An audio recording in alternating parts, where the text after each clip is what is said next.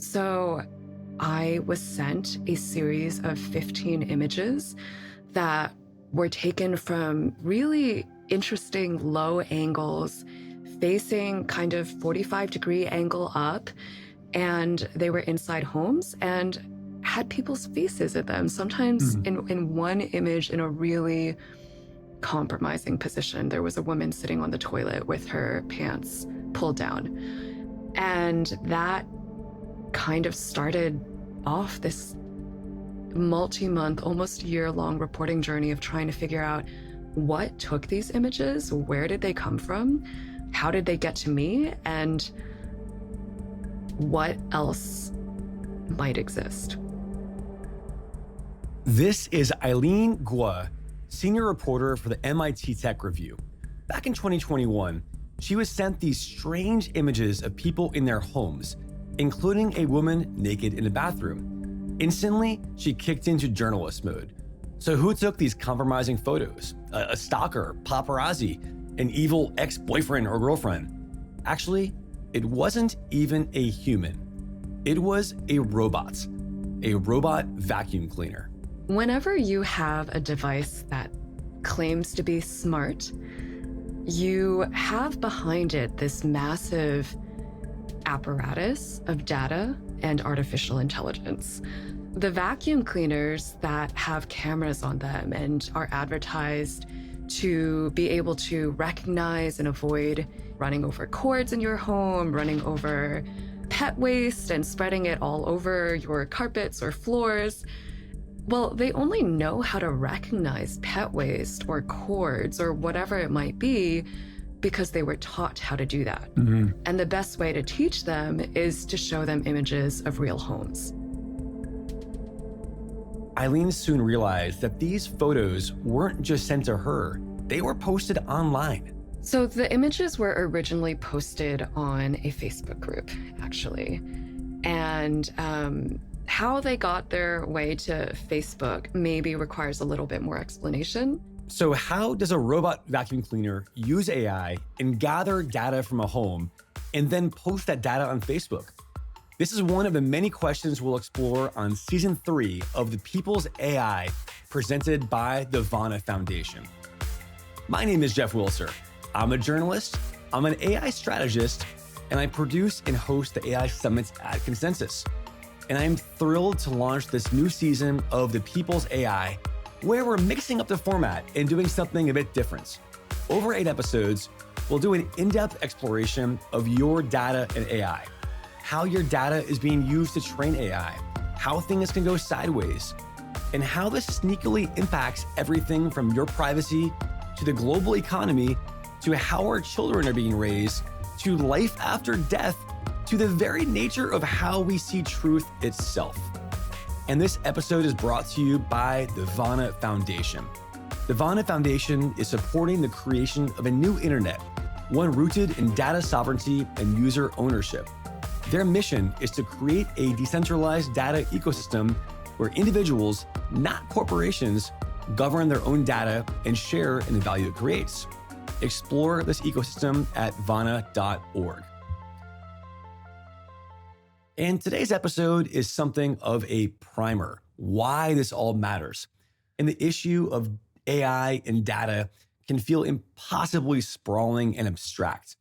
So to make it more relatable, we'll look at your data and AI in 3 different buckets: how it impacts your home life, how it impacts your work life, and then how it impacts society at large. Let's start with home, and it doesn't get much more at home and personal than being alone with your vacuum cleaner and then doing your business in the bathroom. And that gets us back to Eileen. My guess was that it was a robot vacuum because it's, there's not a lot of things that are going to be doing that, pointed in that very specific direction. Yeah. But there's a lot of robot vacuum makers. And so we had to confirm that it came from a robot vacuum. We had to confirm what robot vacuum maker it was. And so I actually made a database of all of the robot vacuum cleaners and makers that I could find. The search soon uncovered something important about the way that AI is trained and the way that your data is handled by AI companies. to train artificial intelligence, to train robot vacuum cleaners, these cameras to recognize anything, it requires people to say, this is a TV, this is not a TV, this is a cord, this is dog poop, all of that. And that task is called data labeling or data annotation. And there are companies that at this point do that work kind of on a contract basis. So it's, business process outsourcing is the word that we use for call centers, for data annotation, for all of this. And in a lot of cases, this kind of work, which is kind of, it's kind of boring, but also labor, not quite labor intensive, but it requires someone to actually sit there and click through and pay attention and do all of this. Yep. And a lot of times those are gig workers that get paid for, the number of images that they complete or the number of tasks or whatever it is. And a lot of times those gig workers are working on platforms that are kind of hard to navigate. They have rules around, you have to do things a certain way. There's issues oftentimes with the platforms. And so imagine Facebook groups that are kind of like a Slack for gig workers, where they're just trying to help each other out. They're trying to tell each other, this is a good project to work on. This is not a good project. I don't know how to identify this thing. Does anyone else know what it is? And that's essentially how these images came to me. They were screenshots of images that had been posted, in this case, by Venezuelan gig workers that were working on these projects and didn't know what to do with some of the images. So what was the company behind this? And did the naked woman in the bathroom consent to having these photos taken? And so I worked with a ethical hacker that actually focuses on robot vacuums. And we ended up being fairly certain that it was iRobot, which is the largest robot vacuum maker. They're a Massachusetts-based company. They were going to be acquired by Amazon. And they confirmed in the end that these images were theirs. But they made the point to us that these were not consumer devices. So it's not like anyone that has a robot vacuum in their home is being spied on by iRobot. These were special devices that were used for testing. So they were being used to develop and to train AI. So in theory, people knew that they were being recorded. In theory. These were beta testers that sign up on a beta testing website to test out all sorts of products and then to give their feedback. But then I talked to some of the beta testers, and they said that they were not aware that these images would be viewed by humans. They certainly were not aware that these images would be viewed by humans in Venezuela or outside of the United States. Or posted on Facebook pages. Or posted on Facebook pages. That was absolutely not within their realm of understanding. That was not what they had consented to. Eileen's research uncovered who was behind this, and it has implications far beyond just vacuum cleaners. So the two companies that became really central to the story were iRobot, which made the robot vacuum. And then one of the contractors that they used for data annotation was a company called Scale AI. At this point, there's probably hundreds of these companies that do data annotation work for tech companies, for anyone that wants, to train AI, to label AI. And Scale is really important today, actually. The CEO, the founder of the company, Alexander Wang, is an advisor to President Trump. He's often held up as an example of someone that is trying to do AI ethically and has really been promoting AI and technology in the United States and this, America First agenda, which is really fascinating because in our story, we found that he was using gig workers in Venezuela, and my colleagues have reported on how they use gig workers all around the world, oftentimes in places that have just experienced conflict or crisis, and thus people are looking for work of this kind. On the one hand, it's true that this experience is likely not indicative of every robot vacuum cleaner, as this happened during a beta testing period. I personally have a little robot who vacuums and mops every night. My wife and I call it Herbie, and I'm reasonably confident that Herbie is not snapping nude photos of me and then posting it to Facebook.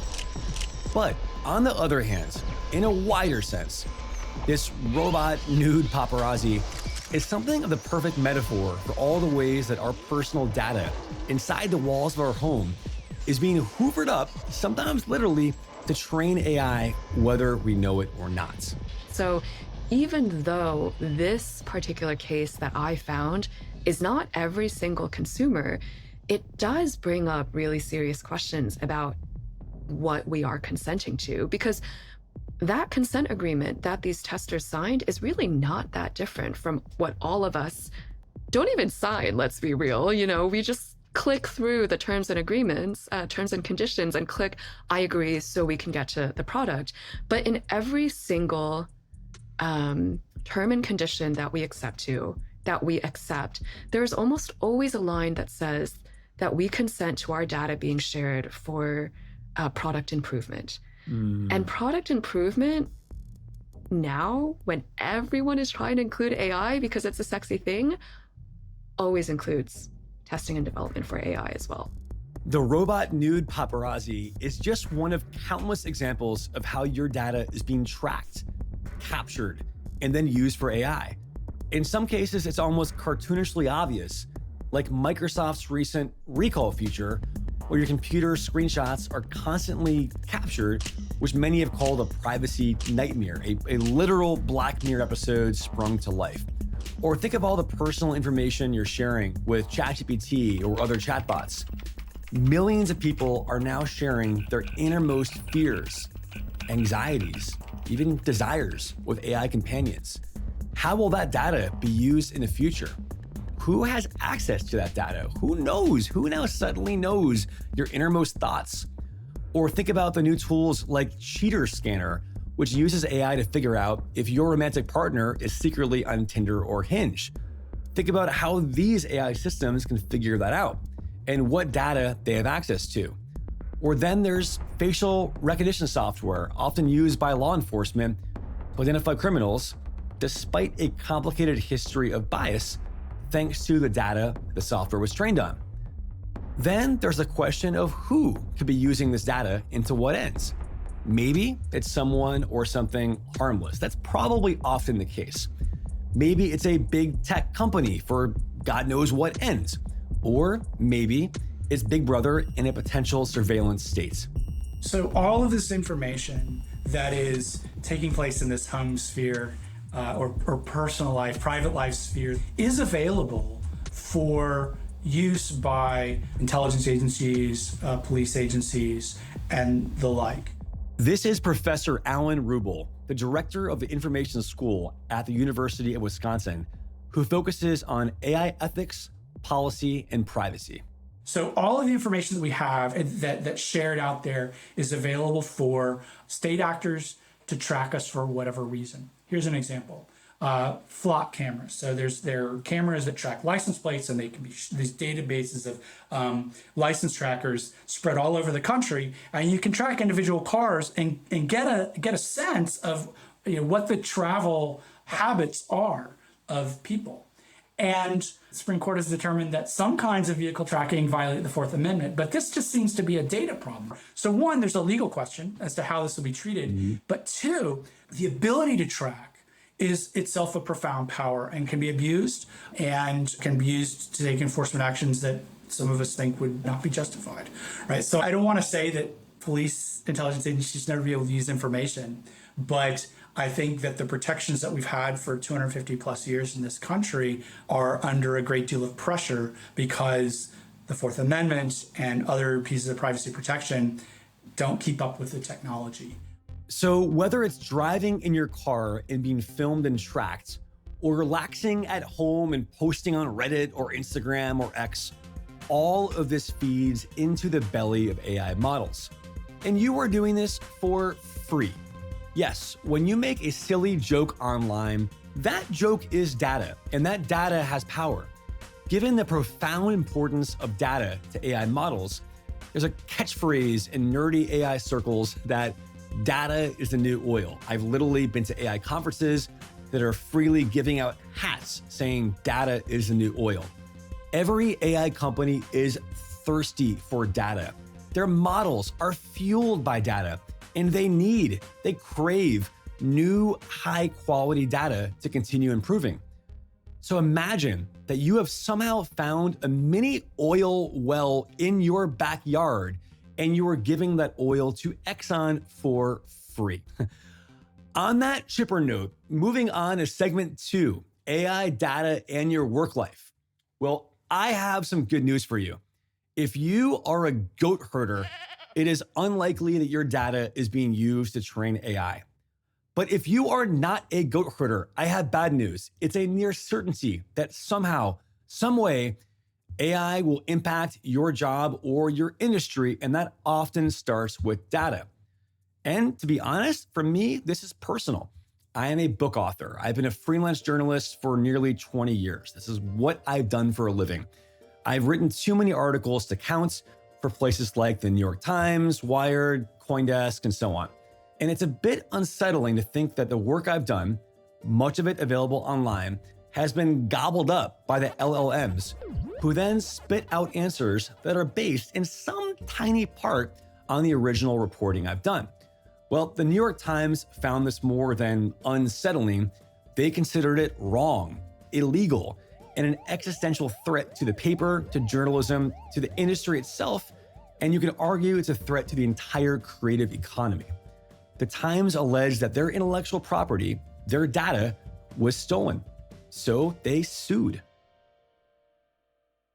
So at the core, the New York Times' lawsuit is about both Microsoft and OpenAI's theft of their intellectual property. And I say theft. This is Jen Mazel, a partner at the law firm Rothwell Fig, that is representing the New York Times and other papers in their battle with OpenAI. These companies took the New York Times' content from behind their paywall without any kind of compensation or prior permission and used that content to build their incredibly lucrative AI empires, including the Copilot chatbot and the ChatGPT chatbot that become household names over the past couple of years. And at the core of the case is the use of the Times' intellectual property for training the large language models, the AI models at the heart of these chatbots, and training those models on copyrighted content so that those models can in turn, through these chatbots, output content that directly competes with and substitutes for original news reporting. At heart, this lawsuit is all about the data that is training LLMs. And the lawyers make the case that the data is a crucial ingredient into the output of AI, but it's one that AI companies have been getting on the cheap. Here's the lead counsel for the firm, Stephen Lieberman. OpenAI has built an empire worth, $250 billion? It's done that by paying very, very talented computer folks quite a lot of money. In some cases, tens of billions of dollars. It's paid for expensive chips from NVIDIA. It pays for office space. But the raw materials for its product, it steals for free. And it steals that material in order to create this commercial product, which in the end is going to compete with the New York Times and the other plaintiffs, like the Chicago Tribune and the New York Daily News, in providing news content to consumers. Given its importance and consequence to the industry, I wanted to go straight to the source to get a status on the case. We have started taking depositions. We have done written discovery. We are right now in the throes of discovery. And from the court perspective, earlier this year, our district court judge heard OpenAI and Microsoft's motions to dismiss and issued a ruling holding that almost all of our claims survived the motion to dismiss stage and have proceeded to discovery. Those claims include claims for copyright infringement, There are Digital Millennium Copyright Act claims, DMCA claims, based on the intentional removal of copyright management information, which are things like copyright notices, names of authors, publishers, from the articles themselves that mask where those articles came from and hide the defendant's own infringement. And there are trademark dilution claims relating to hallucinations. Just to make sure I'm getting this correctly. So as someone who's written for the New York Times, if I have an article that I wrote several years ago that has my byline on it, it's possible / highly probable that the article was pumped in to this data corpus that OpenAI trained on with my name, Jeff Wilser, scrubbed out. And that just became kind of part of this homogenous, generic blob of data that it then spits its output on. And the original writer, I'm certainly not getting any compensation for that. And then more importantly, the New York Times is not either. Am I understanding that correctly?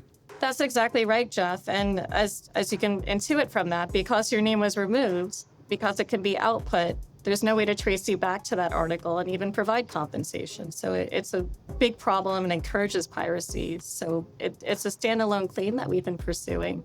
Going back to the status of the case, these claims are in. We've been pursuing discovery. Discovery ends the end of February. And the big date for us is opening summary judgment briefs due in mid-August. So that is the date that we are working towards right now. You might think, well, I am not a journalist and I am not writing for the New York Times. I don't have to worry about this. Again, if you're a go-herder, you're good to go. Relax. But the rest of us, quote unquote, knowledge workers out there, basically anyone who looks at a computer screen for a good chunk of the day, the odds are high that you are cranking out pools of data of some kind. Reports, emails, Slack threads, transcripts of Zoom calls, or even in-person meetings, thanks to new tools like Plod AI. All of this data in the future could be harvested. I've spoken with the CEO of one AI startup who basically said the goal was to capture and consolidate the entire knowledge base of companies, sort of like a company's intranet on steroids. Now, the glass half full here is that theoretically, everything is more efficient. The company gets a sort of super brain that employees can access for easy answers and solutions. The darker reading here is that, well, each human becomes less important over time as their knowledge is leached into the corporate Borg. But more concretely, anyone who's writing or creating anything, even emails, has a stake in how their data is being used. If what OpenAI and Microsoft have done is held to be fair use, that writing will be fair game. It won't be the property of the people who wrote the material. The companies will be able to take it, put it into an LLM, create a commercial product, and benefit from what each and every individual writes. So you may be paid, you may be writing stuff on a freelance basis. You may be posting stuff on Reddit. You may be writing reviews. What you write isn't going to be yours anymore. Somebody else is going to be able to be making money from it. And the people who are going to be making money from it are billionaires. The people who have equity interests in OpenAI and similar companies. And, the programmers, there have been lots of news reports that these companies are paying the programmers upwards of $10 million a year in some cases to do their work. Those are the people who will be benefiting from the hard work of people who spend a lot of time and a lot of care to get things right when they write things. It's the entire creative class because we have models that can create not only text, but images, music, videos now, and it's only getting better. It's a real problem, and it's a self-destruction problem because as these tools continue to be used to create lots and lots of content. So now, Jeff, instead of writing one article, you could have written a million different iterations of that one article you wrote for the New York Times back then. Flood the market with that article, or completely make it up based on someone else's article. So there's this dilution issue where we're seeing, I think the term right now is AI slop for all of the low quality AI generated content that we're seeing flood social media, letting all sorts of different public platforms where people can upload content.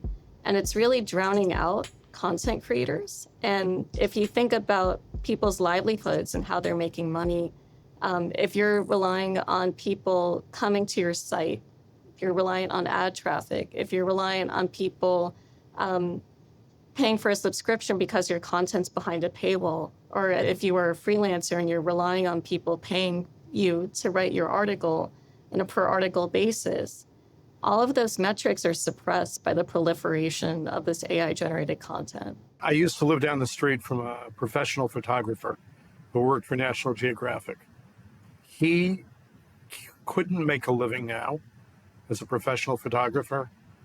Nobody is going to be able to make a living as a professional photographer in the future, because these AI engines are going to create whatever photographs people want, and do it without any payment to the photographers who created the underlying content on which these engines were trained.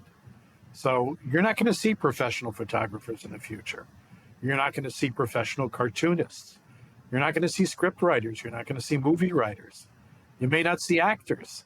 You know, all of these issues, there's some initial protection for people, you know, in their union contracts.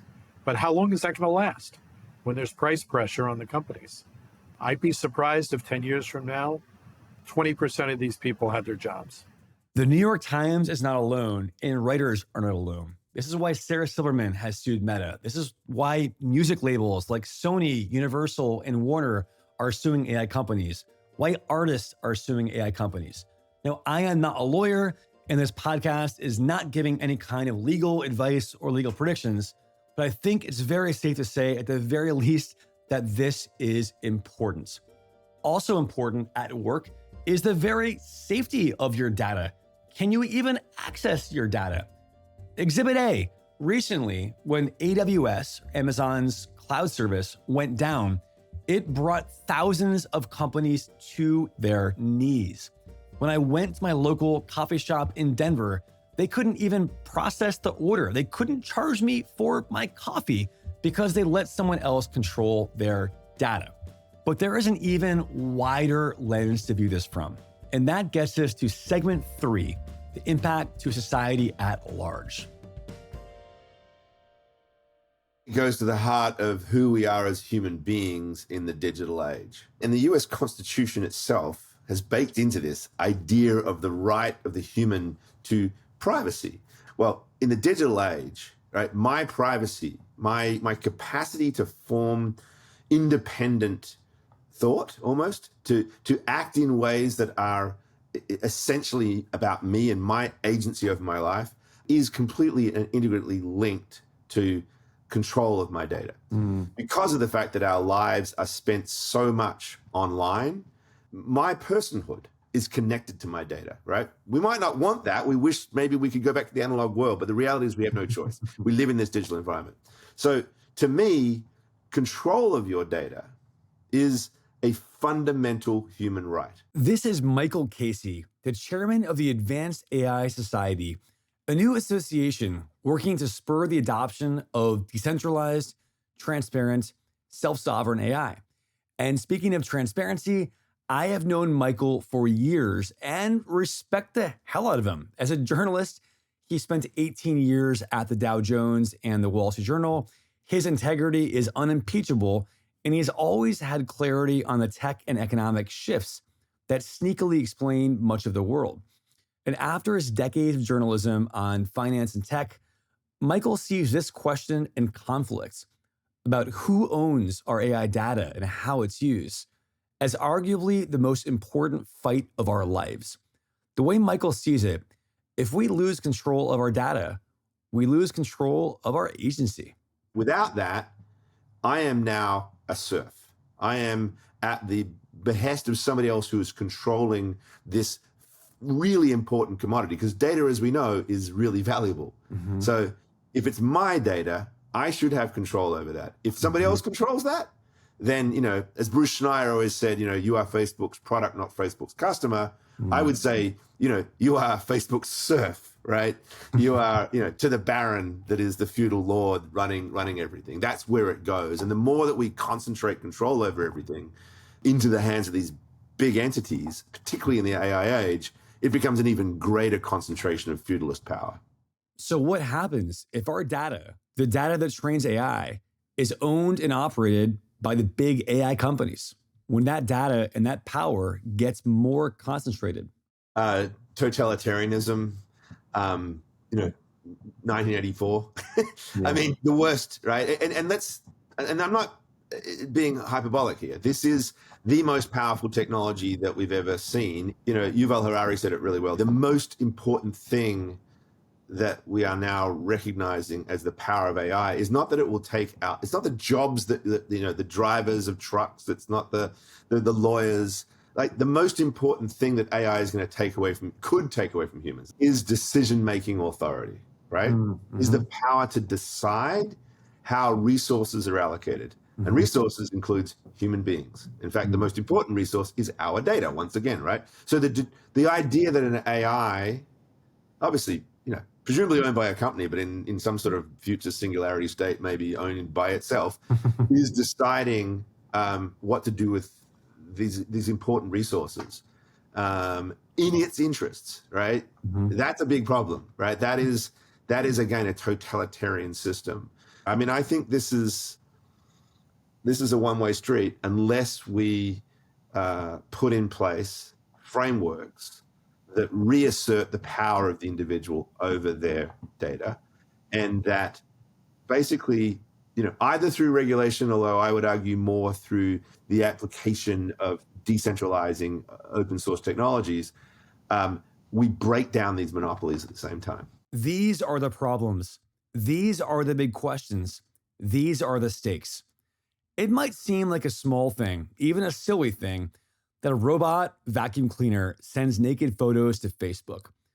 But when you look at all the ways that our data is all around us and all the ways that it can be used or abused by AI, this is truly one of the defining questions of our times. When AI companies are vacuuming up our data, quite literally, that can impact our home and private lives, our work lives, and the very power structures of society. These are the questions that we'll be exploring on this season of The People's AI, presented by the Vana Foundation. This episode was meant to set the table, so to speak. We'll have more focused deep dives on different aspects of AI and data. Who's doing the work to label this data, and how can that go sideways? How will this all shake out and impact the world of publishing, creation, the media, and the economy? Are there any solutions? We'll be exploring all of this on Season 3 of The People's AI, presented by the Vana Foundation. The Vana Foundation is supporting the creation of a new internet, one rooted in data sovereignty and user ownership. Their mission is to create a decentralized data ecosystem where individuals, not corporations, govern their own data and share in the value it creates. Learn more at vana.org. That's VANA.org. And thank you to audio ace Bradford Craig for the music, sound design, and editing expertise. And also a big thanks to researcher and producer Kate Morgan. And thank you to you, dear listener. Please consider subscribing to The People's AI. We're at all the usual podcast platforms, including Apple and Spotify. Thanks again, and see you next time.